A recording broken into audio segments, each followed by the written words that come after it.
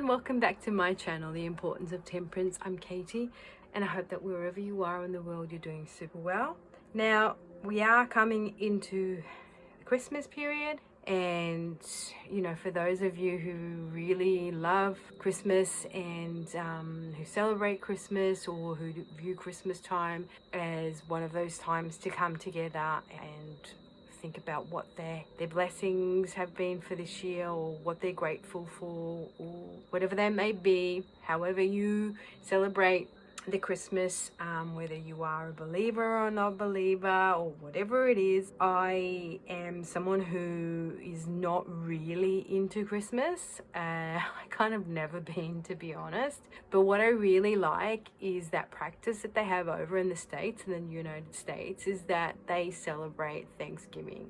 And that Thanksgiving Day is one of those times to get together with your loved ones and be thankful for whatever it is that you're thankful for in your life.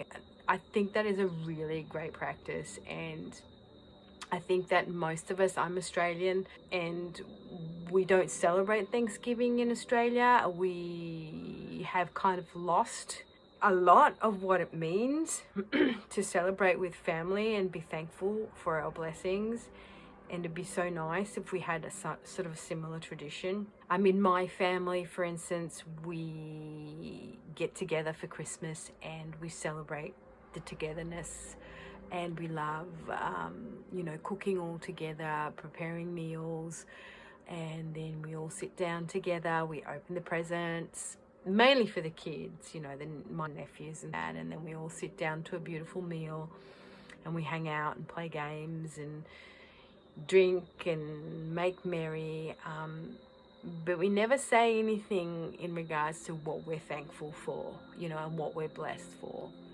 And even though it is a beautiful tradition, I think Christmas is really stressful for a lot of people. It also brings out a lot of emotions, about, recollecting memories of how Christmas used to be. And, if we've had loved ones who have passed on, and, so it can be a very triggering experience for a lot of people. For a lot of people, it's just really, really lonely. So anyway, all of this to say that today I came across this tag on TarotTube, which is Thankful Tarot, and it's VR to Crescent Dreams Tarot. And she sort of based this obviously on their Thanksgiving, because she's in the States. Now, excuse my fingers. I am a fountain pen aficionado, and I was playing around with my fountain pen, so I've got ink all over my fingers. So she just sort of based this around Thanksgiving, how they celebrate Thanksgiving in November 23rd, and but she sort of made it relevant to the tarot, oracle cards and such like that. So there are 8 prompts, and the 8 prompts are, and I'll link them below with the description box, and I will also link the video that Crescent Dreams Tarot has done, so you guys can go and have a look. So the prompts are: what about tarot or cartomancy in general are you thankful for? Number 2 is an old deck you are thankful for. Number 3 is a new deck you're thankful for. Number 4, a deck back, so the back of a deck that feels like a blessing because it's so good. Number 5, a specific oracle deck you're thankful for. Number 6, a guidebook or cartomancy book you're thankful for because it enriched your practice. And number 7, a spread you're thankful for. And finally, number 8, a person or multiple people that you're thankful for being a part of the tarot community. So I thought this would be a really nice tag to do coming into Christmas, and to get me into the spirit of things. And it's a reminder to me to be thankful and grateful. Practicing gratitude is something that I remind myself to do more often than not. And that kind of dovetails really nicely into what about tarot or cartomancy in general are you thankful for? So what I am most thankful for, and I was guided to go and learn about it and use it not that far back, was only in 2019 that I actually started using tarot, and I'm very also new to the Tarot Tube community as well. So I'm thankful because it has helped me so much with my own spiritual path. It has helped me understand myself. What it most has helped me with is to be introspective and to understand how to take accountability for my own actions in the world. You know, like how we kind of tend to fall into victim mode a lot of the time, and it's never our fault. It's always everybody else's fault, and poor me, and you know, what have I done wrong, and so and that person and this person, and blah blah blah blah blah. And also because I come from a family where, you know, my grandma was a very strong personality and she was very tough to deal with, and she wasn't someone who showed a lot of love, and her love was critiquing you as opposed to appreciating you and loving you and being loving. So, you know, my mother is a very hard person to get along with, and my journey in my life has been to overcome that victim mentality. So tarot has allowed me to do a lot of inner child work. It's allowed me to understand when to take accountability for my own feelings. It's allowed me to go beyond and allow myself to connect with something that's so much more than me. So it's got me in touch with my own spirituality, with my own inner self, with universal practices, which has then led me into discovering alchemy and a lot of things that I wasn't aware of, and it keeps me honest. I love tarot because it keeps you honest. It really does. And sometimes it is a wake-up call, and sometimes it's an actual kick up the ass, a slap in the face, and it's really needed, because if there's one thing that is so important, and I'm 52, is that in all my life I've always been blaming others, but tarot has taught me that it's not about others, it's about yourself. And once you take that all back and you take accountability for your own actions and for your own feelings, it's so empowering. It is scary, but it's really empowering, because then you take the power back into your own hands to make the choices.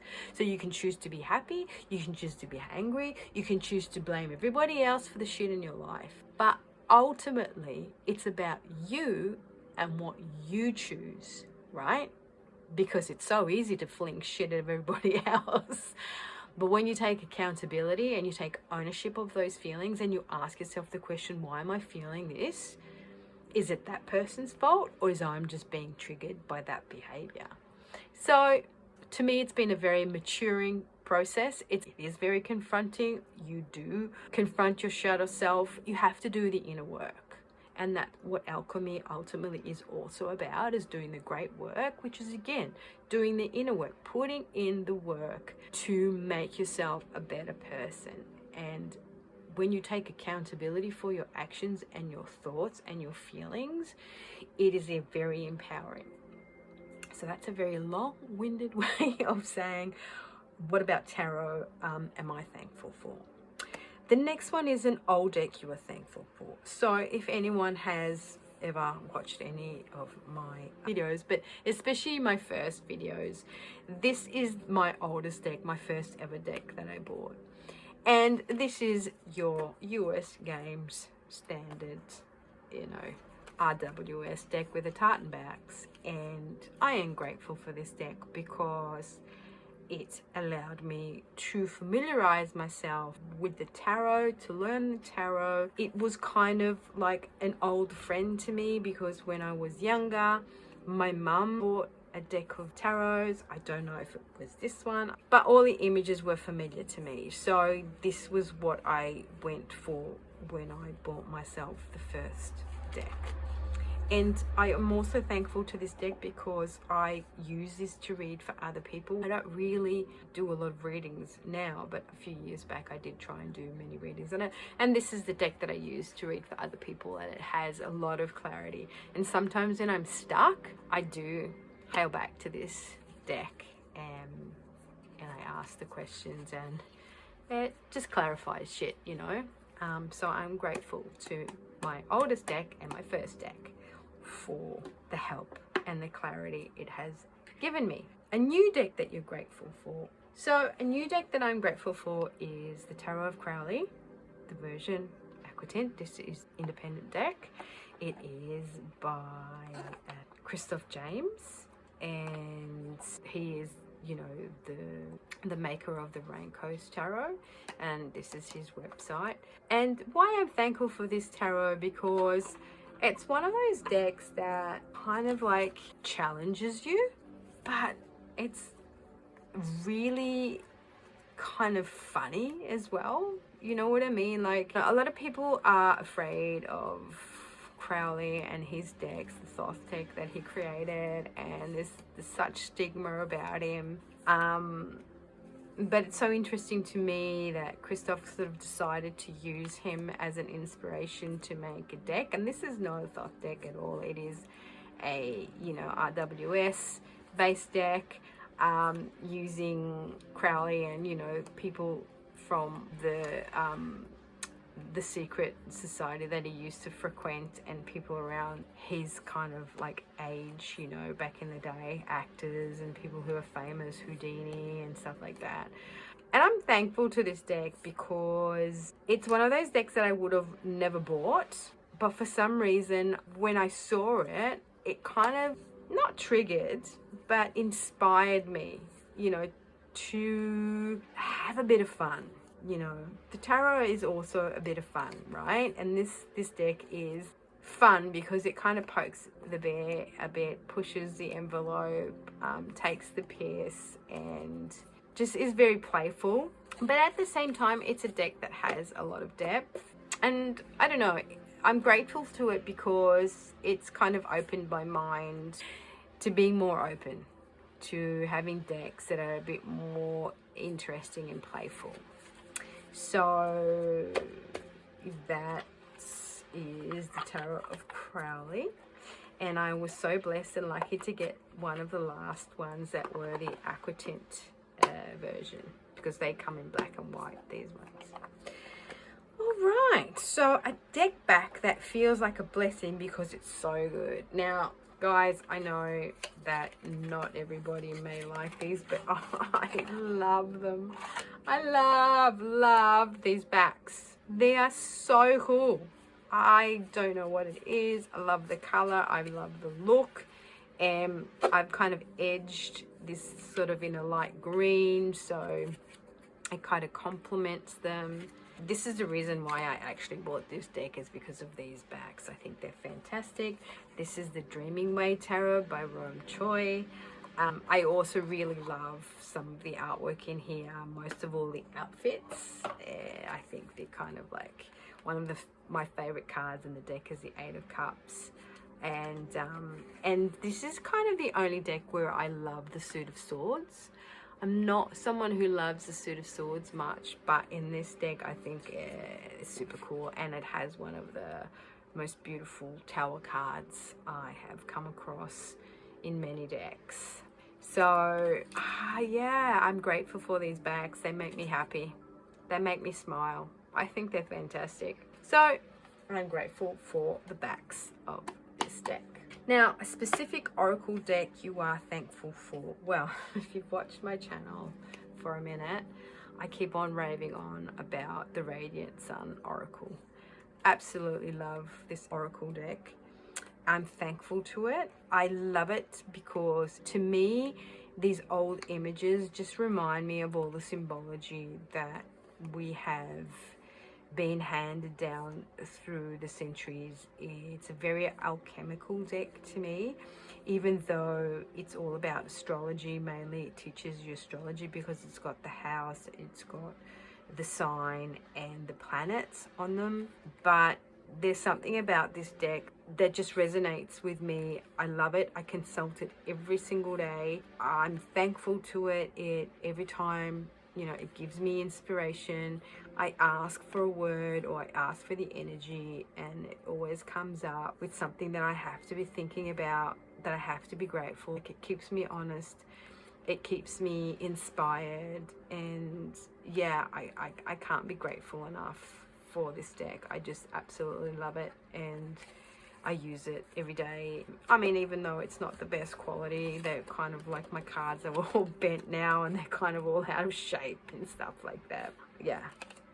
So this is the Oracle deck that I am very grateful for. The Oracle of the Radiant Sun. And it does teach you astrology, so there's that bonus as well. Now, a guidebook or cartomancy book you're thankful for because it enriched your practice. Well, it's kind of, this is my newest one. I heard about 78 Degrees of Wisdom by Rachel Pollack, and I've read through it and I absolutely love it. It has really opened my eyes to a lot of things, and she condenses, you know, cartomancy, the Thoth, and, you know, RWS. So she takes from all of the kind of systems, and it's just really good. I'm really glad I got it, and it has a lot of information in there that has helped me understand and deepen my practice. So I'm thankful to Rachel Pollack for 78 Degrees of Wisdom.